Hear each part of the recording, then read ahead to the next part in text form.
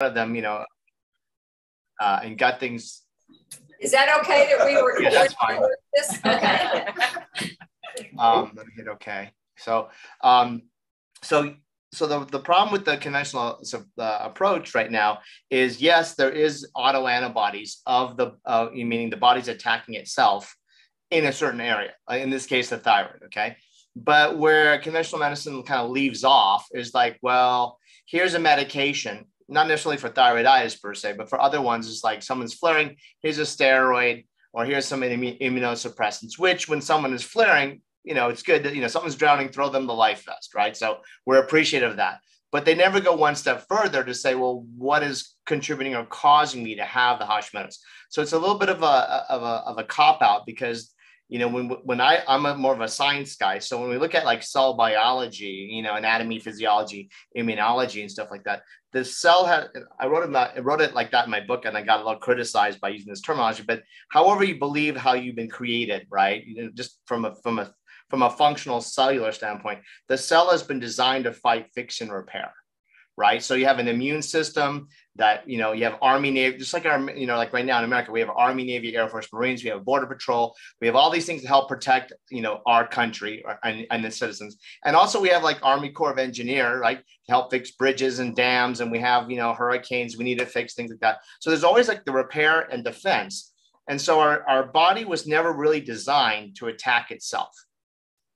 And so when it does that, then we have to look at, well, what are the triggers that cause something that is biologically not normal to occur. Now, since, people have these things and we have drugs that easily can tame the symptom, then it's like, okay, take this drug forever. Or for example, like with my patients with Hashimoto's, because a lot of people have thyroid problems, probably like 30% of our practice has some kind of thyroid problem. And a lot of it now is becoming more environmental, and, the rise of thyroid disease is more common, also more common in more landlocked areas of the country, right, than coastal, just due to like some of the iodine sources and food sources of stuff. But that's not all of it, but some of it. But what we see is that we have to find those triggers, because the body doesn't want to attack itself. And so since we have drugs that work kind of really well to begin with, then nobody wants to just say, okay, here it is, just take this drug forever. Or, for example, what many of my Hashimoto's patients will have is that they will originally have a diagnosis of, with these, two testing showing, elevations, and then they never get it again, meaning the endocrinologist, the primary, is like, oh, you have Hashimoto's, you're done, But for our standpoint, we as well as with the TSH, the free T3 and free T4, we like to look at the full thyroid and how it's metabolizing. We like to look at then that those antibodies are markers of inflammation, right? Because it's just thyroiditis of the thyroid, right? So inflammation of the thyroid. So we always look at it as a barometer, kind of like, is the patient flaring or not? And so a lot of times people are like, oh, well, endocrinologist is going to say, well, hey, you're diagnosed with it. Why are we testing this? Like you have the condition, because we can monitor and we can show when patients' levels get down lower, or even more importantly, below the norm, meaning back to normal, they still have, quote unquote, the condition on the paper, like from an insurance, but their thyroid is no longer flaring. And so all those things that we see, vegan or not, is that you can control any kind of autoimmune disease. Going on a plant-based diet is important, because those are a lot of the contributing factors that make the body less likely to have that, or more, can make it stronger at helping repairing itself, right? Because the more inflammation that someone has, the higher or the worse the autoimmune disease will be, right? But what we like to look at more specifically, though, is someone comes in, because most, now versus before, a lot more people are understanding plant-based diets, or understanding, or they're shifting at least to say, I'm eating less of these things, trying to eat more of that. Not everybody's perfect, but like there's a whole shift now than there was even when I wrote the book, right? Because this is just the awareness of people saying, hey, I'm kind of sick and tired of being sick and tired, and I want to make food as medicine rather than just taking pills all day, or even supplements all day. So getting that person healthier, but we look at, like, from our perspective, you can still be plant-based and still have inflammatory foods in your diet, right? And that's why we look at sensitivities. And although that's kind of, I've been doing that ever since I started my practice, just due to you've read my story, right? My personal thing. But it's kind of quite controversial, because in the plant-based world, as you'll see all over the internet, it's kind of like, just eat more plants. Like that's the party line, right? eat more plants. But the idea is that your body reserves the right to say, I don't like a soy or a corn or a wheat or a tomato or blueberry or a kale or, something that might even be a superfood, quote unquote, but your body has that right. And so we have to start individualizing people's diets, where it's like, okay, yeah, we want to shift towards all these anti-inflammatory foods, these highly phytonutrient, antioxidant, fiber, anti-inflammatory protein plant foods, but your body can still have an individual problem with this, or that. And without looking at that, then some of those people, or most of those people, sometimes have a failure because they shift over to a plant-based diet. And now they might be even eating more of some of those foods that they didn't have much exposure, but now, I'm supposed to eat so much kale or quinoa or pinto beans or whatever. And it could be anything that someone has a sensitivity to. And all of a sudden it's like, well, now I feel more tired. My joints are hurting. My stomach's bothering me. I'll just go back to eating cheeseburgers or whatever, right? So there's a little bit of like, we want to prevent the people from having that unexpected failure. Not that they're doing anything wrong, just that no one's kind of giving them further guidance. But yes, to answer your question, Hashimoto's disease is really simple because we have to also balance the thyroid. Now, sometimes people can have a thyroid flare, and if they're healthy, then their TSH, their free T3 and free T4 are spectacular. But if those are off, then that person's really flaring even worse. So sometimes people can come back and go, oh my God, my antibodies are so high, but my numbers are good. I'm like, because your body is healthier. It's able to manage that, right? Where sometimes when that dysfunction is so high, then it throws it's not only just a flare of the labs, it's then the hormones are also flaring. And then it's like one day I have energy and the next day I can't get out of bed. Okay. Thank you.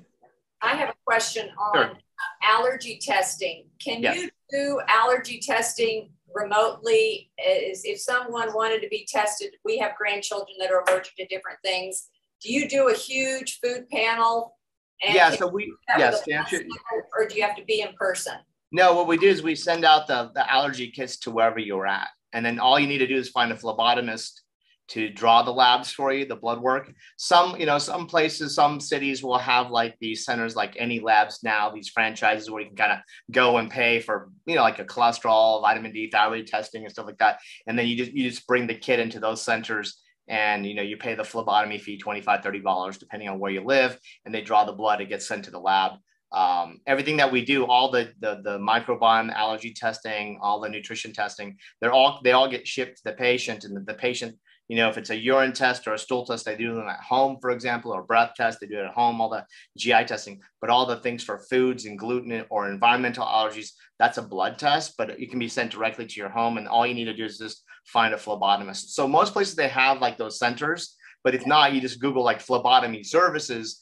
And now, especially since pandemic, almost in every city, sometimes there's like phlebotomy services that they come to you. Like there's like van that will come and draw the labs because people weren't able to go to the hospital or didn't want to go to the lab because people were sick during COVID. So it kind of opened up this new business, I think. So a lot of phlebotomists like, hey, it's all now app driven or whatever, or they meet you at a place and they come and they just kind of like mobile blood vans.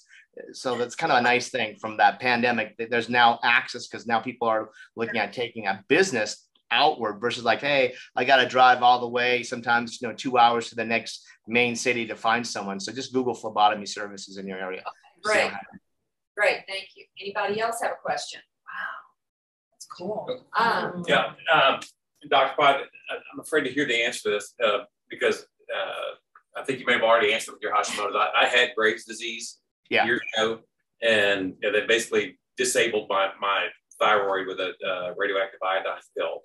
Is that something that could have we were not plant-based at the time? Yeah. So and didn't know about this. Is that something that could have been? It's a mix. I have several patients who absolutely refused to have ablation done, right? And they were having terrible symptoms, and it can be very dangerous, right? Heart rate can be 200 and blood pressure can go up. People can have a stroke when the heart rate's so high because the thyroid's pumping so much, hormone. And they were able just to do that strictly with diet and natural therapies. However, but that's like rolling the dice, right? Like when someone's coming in the emergency room, we're kind of like, are they really going to change their diet? Are they, because some people, not you guys, but, obviously not.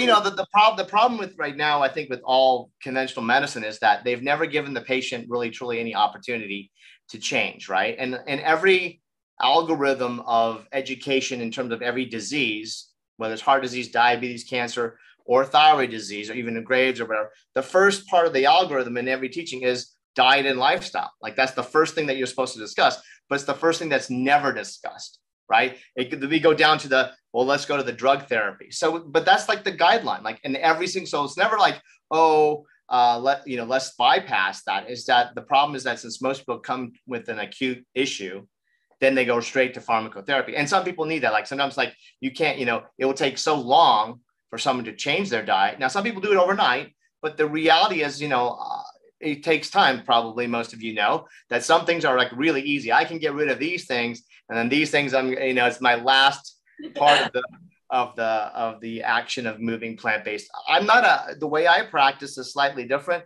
I'm not a perfectionist. I'm a risk reductionist.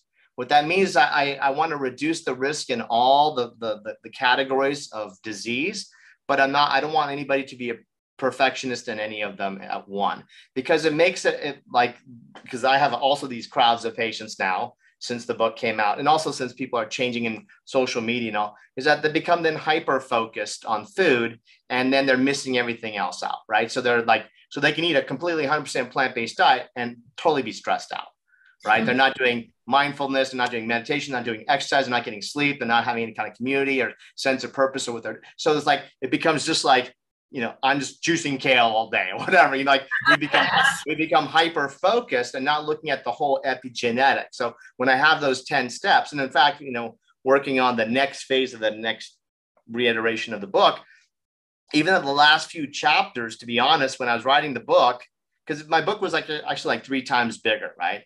And they were like, no one's going to read that much more. So you got to keep cutting it down, keep cutting it down. Yeah. And I'm like, there's so much more I could talk about that I keep cutting it. You keep cutting it down. But the last few chapters, like in the next version, like even the step 10 is going to be almost bigger than chapter 1 in the next version, right? So it's all these things that we now understand about epigenetics, which I did mention briefly, but that time was like, I don't want to sound too far out there. There's a lot of things, even when I criticized the food industry, I was warned. And so I backed off. Like it's a really calmer version, but now everybody understands oh my God, there is problems with foodborne illness now. Even like CDC just a month ago came out with a report where they're no longer reporting food illness anymore. It's so common now, unless it's a recall that's going to cause death, like, in E. coli in the beef or something's contaminated, here's a salmonella, and they're not reporting it because it's so common. It's just like, it just takes too much time to say so many people get diarrhea every day, just going out and grabbing a sandwich or going out and having a burger or a hot dog or, but no one really should be getting sick in America in 2024 eating food, but it's a very common thing. So on my next version, I'm going to go really kind of straight up. This is what people need to know, because it's not being critical. It's trying to be more protective, and making better choices, or understand we're doing this now, not just for our cholesterol or for our disease, but preventing another form of illness, which is common, like foodborne illness. They expect now 3/4 of the population to get sick once a year by eating food. But what we now know is that once we get sick, many people will recover. Oh, I just had some diarrheal illness. Oh, I ate something bad at the wedding or the reunion or, the potluck or the casino buffet or whatever, or I went on a trip, the bad potato salad. Everybody has those experiences. But what we now know is that microbiome does not recover in some of those patients, or more often that people are like, oh, I got really sick and I had to take antibiotics to stop the diarrhea. And then that creates this cascade of effects. So it's not always has to be something very strong, I had chemotherapy for 6 months, or I had multiple surgeries because I got in a car accident. It can be something as a bad sandwich, and that puts people back. And we weren't really privy to understand that severity of how the microbiome is sensitive. Even when I wrote my book, even though I talk about it now, looking back and now looking and analyzing more studies of our own patients' microbiome, the commonality of those illnesses now are sometimes the forefront. So it's not like a lot of people want to look at, well, I never really took that many antibiotics. I never really had many surgeries or whatever. But it's like, but we all had bad sandwiches and bad tacos and bad this and bad that, and drank the water on a trip on the side of the bus and wherever we were at and got sick. That's just normal. But we have to now consider that as another risk factor. Right. How about lymphedema? What about it? Could it be helped or corrected with a plant-based diet? Yes, the swelling is definitely minimized, but if there's more lymphedema due to removal of lymph nodes, like particularly when we see women that have, lymph nodes removal for breast cancer surgery, then that's an anatomical issue. Now, plant-based diet is always helpful in healing and repair, always, because it's just shifting to help heal that, keeping the immune system stronger, but they still would need to have like lymphatic massage. In my book, I mentioned something called the Beamer. Now there's a newer technology called the Cloud. It's the next generation, next version of it. That's a pulse electromagnetic vascular therapy device. You lay on that, it increases the capillary blood flow, increases nitric oxide in the capillaries. That's really helpful for people that need to heal bones, need to heal wounds, or having like lymphedema. It helps increase the circulation into lymphatics. So those are certain things, just like exercise and movement, but not everybody can get exercise or movement or even have a lymphedema specialist massage therapist in their area. Right. I have just a couple friends who have lymphedema that have not had breast cancer. One's a woman, one's a man. And it's just swelling. Yeah. So if it's just swelling and it's not from a removal, then there's even things that we have as products that are peptides that can help with the vein structure. So some people have actually aspects where the vascular tonicity of the veins is sluggish. Like some people get varicose veins very easily, both men and women. And it's not just in our legs. It's like the whole vascular system can be just a little bit sluggish. So there's we carry a peptide called Revain that will help with increasing that tenacity. So there's the variety of things that are not always just dietary related, but we're looking at what can we help with those patients aside of just putting in compression stockings and stuff like that. Right. We loved your chapter. I didn't know anything about ibuprofen and the NSAIDs. Never anything about that. Yeah, it's common. In fact, a week ago, I had this guy from New York, because I see people from all over. And he was from New York. He had he needed to get he had some kind of heart valve issue. And so luckily they have this new procedure. They're able to go through the groin. They don't have to open the chest, and they repaired the whole valve and everything. Fantastic. So they put him on a little bit of a blood thinner, which is needed. Like they have to do that for about a year when you have the valve in. And so he recovered well. Everything was good.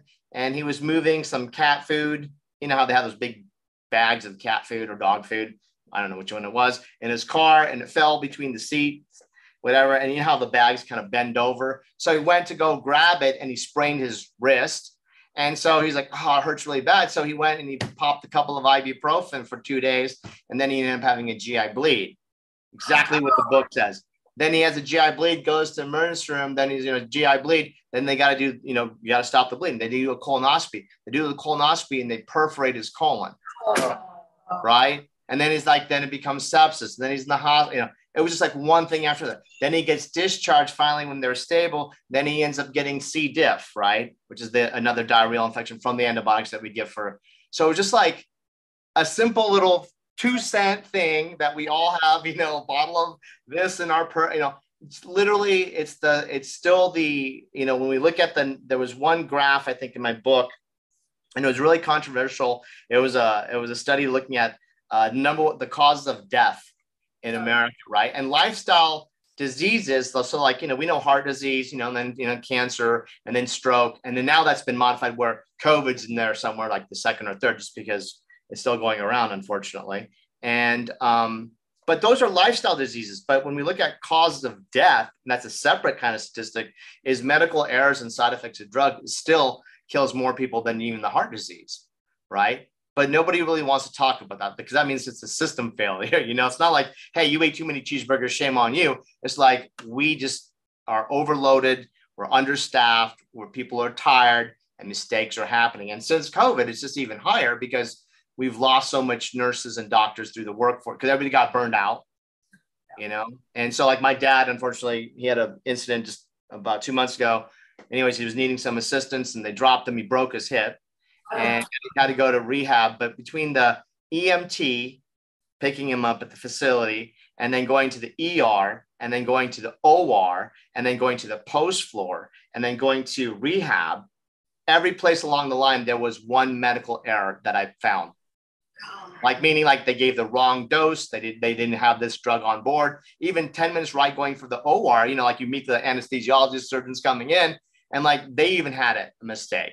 And it's like, how's this happening all the way? And even in rehab, I would go and every week I'd like, okay, I just want to make sure. And I feel like I'm the guy who's like micromanaging. I don't want to be that guy.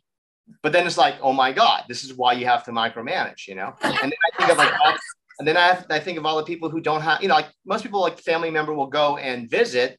They're not going to go and ask like, what's the medications? And maybe they'll double check everybody's job. You think everybody's doing their job. The problem is that there's so much miscommunication. None of the systems communicate, right? So like if you go to Mayo Clinic, you go to your local hospital, you go to a local doctor, you said none of your records communicate. Nothing is the same. That's why you get tired of filling out the same form. Like every time you go to a doctor, like, didn't you just get this information from the other, you know? No.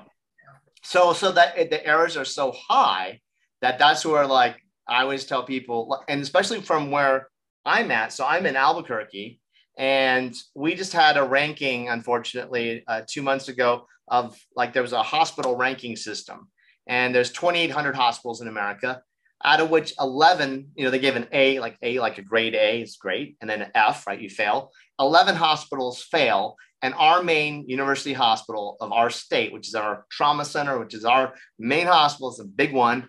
It got an F. Oh.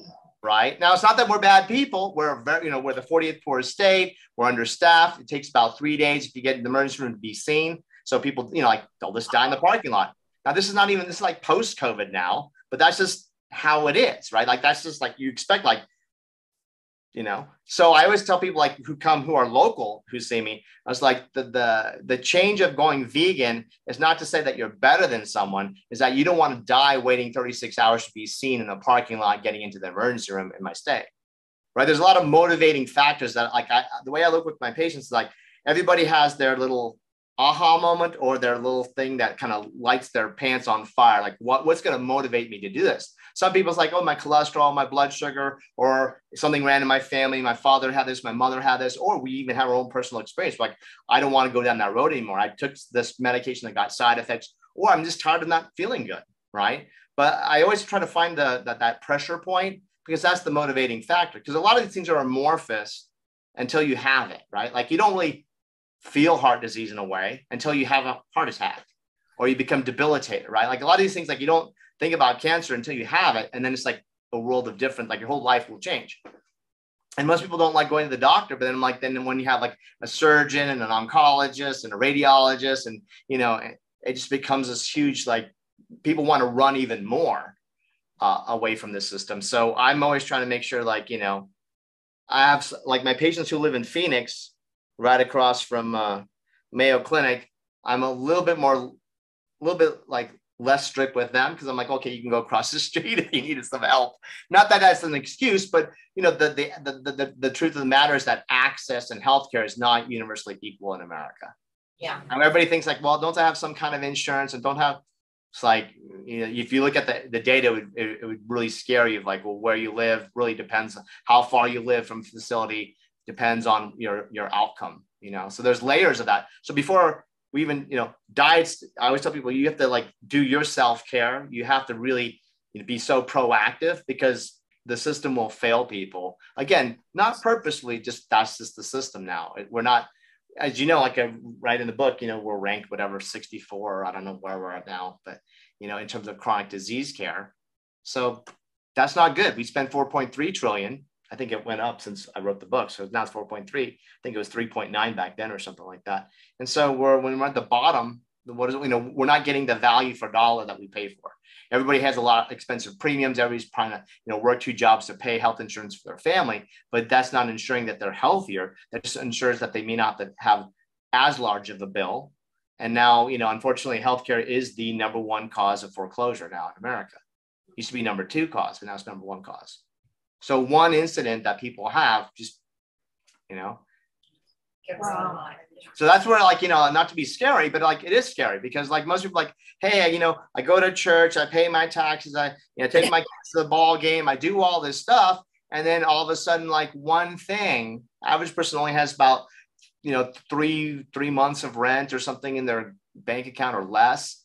So one car accident, one thing, you know, one gunshot wound, whatever it is that's happening, it's not like before, like we used to have reserve or we would recover from the illness. Now it's like you have a financial pain that can follow you or bankrupt you. And then what do you do with that? So I always try to tell people you want to prevent that. And that's why we're really, on certain levels, really strict and diligent, but we're also not trying to be perfectionists. I'm just trying to say, like, is our heart disease risk down to normal? Good. Blood pressure? Good. Diabetes? Good. Some people want to be hyper perfect, then they can. I'll help them with that. But I just want to make sure that people complete and finish the race, you know, and not be so stressed out. Because again, it's all the epigenetic changes. And I think stress is the big one that everybody, since I wrote my book, you know, America's in a stressful place right now. So stress is one of the bigger inflammatory triggers that we just don't talk about. I watched you on with Chef AJ on Monday, okay. And at the end you said something about a restaurant. What are you doing? Are you starting? Oh, so we've been looking for putting plant-based restaurants in for 12 years in our space because I built the whole building specifically for a plant-based restaurant. And you actually built the plans out. We're actually going to have a plant-based restaurant and a bakery. But the challenge that I've had is that I was looking at all these big franchises like they're in the big cities like Veggie Grill and Native Foods. Those are the ones that, you know, 10, 12 years ago were just the early goers of like, here, we can kind of replicate it and duplicate it. In my state, most people like franchisey things, unfortunately. They just like that whole like corporate, whatever. The challenge is that I've met every single one of the owners because all the owners were usually like originally like plant-based people, but then they have like these conglomerates that come and they become real estate and hedge fund companies and okay, we're going to make 200 locations, blah, blah, blah. But none of them are interested in coming to our state because it's always about like California, Chicago, New York, you know, the big areas. And then they always want to go where the other one goes. So it's like wherever this was, like the Burger King, McDonald's thing, you know, like they always want to be across the street from each other. They don't want to venture out into other territory. Just unfortunately, because then most people who live in maybe a more rural area may not have that exposure to, hey, say I have that. So there's a local husband and wife team who went plant-based at a plant-based truck. They've opened up a space in town and I just happened to go, you know, it's transition food, it's burgers and, you know, some Mexican food and all. I'm okay with that. You know what I'm saying? Like for me, you know, when I first started, I was a little bit more of a perfectionist, to be honest. That's just for me, you know, like on myself because of my health history. It's like, okay. So once you kind of get super healthy, it's like, it's not worth it anymore. It's like, even sometimes splurging, although it's not bad to splurge. That's like, hey, there's a party, there's a celebration, a birthday, a wedding, a reunion. Yeah. Go out and have fun. And we can help people recover if they drink more or whatever. It's not about not having fun. The problem is like, once you become super healthy and clean, your body just doesn't enjoy it anymore. Right.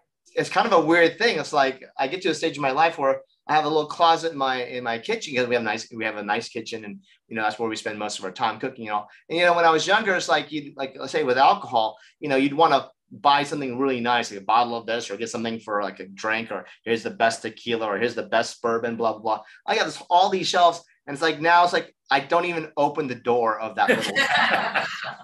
You know, it's almost sad. It's like by the time you get all this stuff or you can afford it, it's like it doesn't appeal to me, which is sad because I wish I could sell it and cash it out, you know.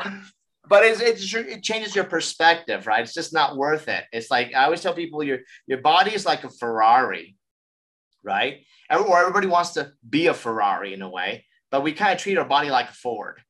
You know, especially in my state, we're Ford truck country. So, you know, everybody thinks they're like a hot rod, but they're really kind of putting around. It's not maintained. And, you know, it's not an electric F-150. It's just the old fashioned F-150 that needs some tune up. And, you know, and so it's just like, but you wouldn't put bad fuel in your car. Why would you put bad fuel in your body? Like we treat our cars better than ourselves. And I think what I was trying to get across in my book was the shift of misunderstanding quality of food, where we were sold, more was better, cheap was better. The whole like Costco bucket of, buffet concept, it wasn't like that 30, 40 years ago. And then that became the, I wanted to have that dollar value meal or the bucket of, or the 2-for-1, 5-for-1. And that just, what we never asked was, well, how are they giving us food that cheap? You can't make it at home, even if you've raised it on your own garden, or even if you were a rancher and you had even it's still like you can't make a burger under $1 plus fries and all these other things. So, people don't realize like their cost of these things are like under 15 cents. So what is the quality of nutrition? Even when you do mass volume, you can't do that, right? So there's always a filler, some other ingredients. And that's the challenge, that we were just told to buy cheap food, and the rest of the world spends a lot more of their daily income on food quality. Not that they eat more, they just, they go buy like fresh groceries. So if you go to other cultures, like that farmer's market, that kind of going shopping before you make the meal on every couple of days. But here it's like, we're going like there's apocalypse and we go to Costco and we fill up our car with everything, and I get it. I went through all that phase myself.